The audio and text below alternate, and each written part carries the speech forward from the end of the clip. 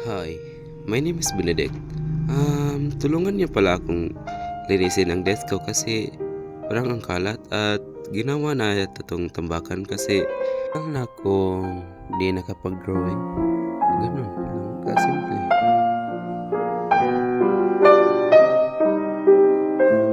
At yun, nag-timelapse na ako at nilinisan ko na ang aking desk.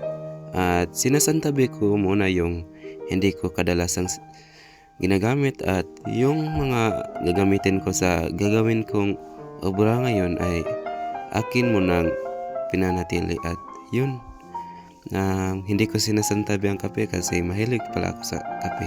Share ko lang. At yun sa tingin ko ay malinis na ito at ganun lang kasimple.